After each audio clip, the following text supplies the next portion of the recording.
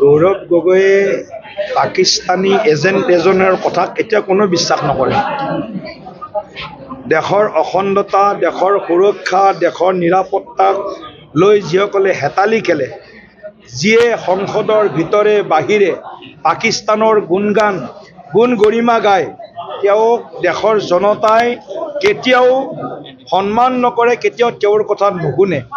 মই আজি আপোনালোকক ক'লোঁ, গৌৰৱ গগৈ ২৬ৰ নিৰ্বাচনত কংগ্ৰেছৰ এতিয়ালৈকে যিমান সভাপতি বা নেতৃত্ব আছিল, আটাইতকৈ ৱৰ্ষ্ট প্ৰেচিডেণ্ট হিচাপে ২৬ৰ নিৰ্বাচনৰ যিদিনা ফলাফল ওলাব, সিদিনা আপোনালোকে দেখিবলৈ পাব আটাইতকৈ বিফল যদি কোনোবা কংগ্ৰেছৰ সভাপতি বা কংগ্ৰেছৰ নেতাৰ নেতৃত্বত নিৰ্বাচন যদি অনুষ্ঠিত হয়, সেইজন গৌৰৱ গগৈ আটাইতকৈ বিফল আৰু আটাইতকৈ কুণ্ঠচ, আচলতে আগলি ফেচ।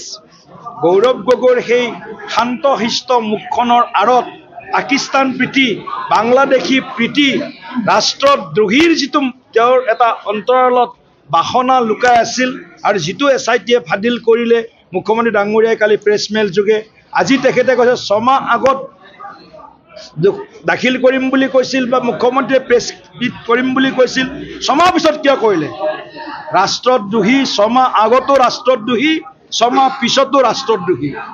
দেশৰ কাৰণে যিসকলে অহিত চিন্তা কৰে, সেইসকল ৬ মাহ আগতো দেশৰ অহিত চিন্তাকাৰী আৰু ৬ মাহ পিছতো তেওঁলোক দেশৰ অহিত চিন্তাকাৰী।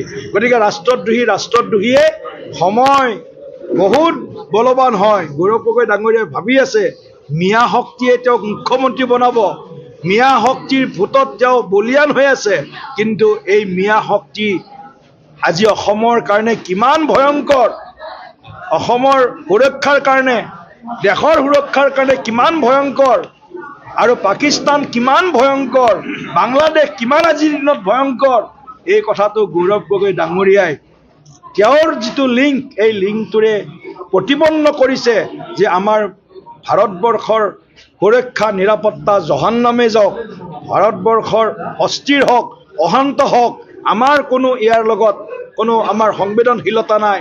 কেৱল পাকিস্তানী প্ৰীতি, বাংলাদেশী প্ৰীতি, মিয়া প্ৰীতিৰ জৰিয়তে শাসনলৈ অহাৰ অলিক যিটো স্বপ্ন দেখিছে, সেই স্বপ্নক অসমৰ জনতাই নিশ্চিতভাৱে সেই স্বপ্নক বানচাল কৰিব আৰু সেই স্বপ্নক সাকাৰ হ'বলৈ নিদিব, এইটো নিশ্চিত।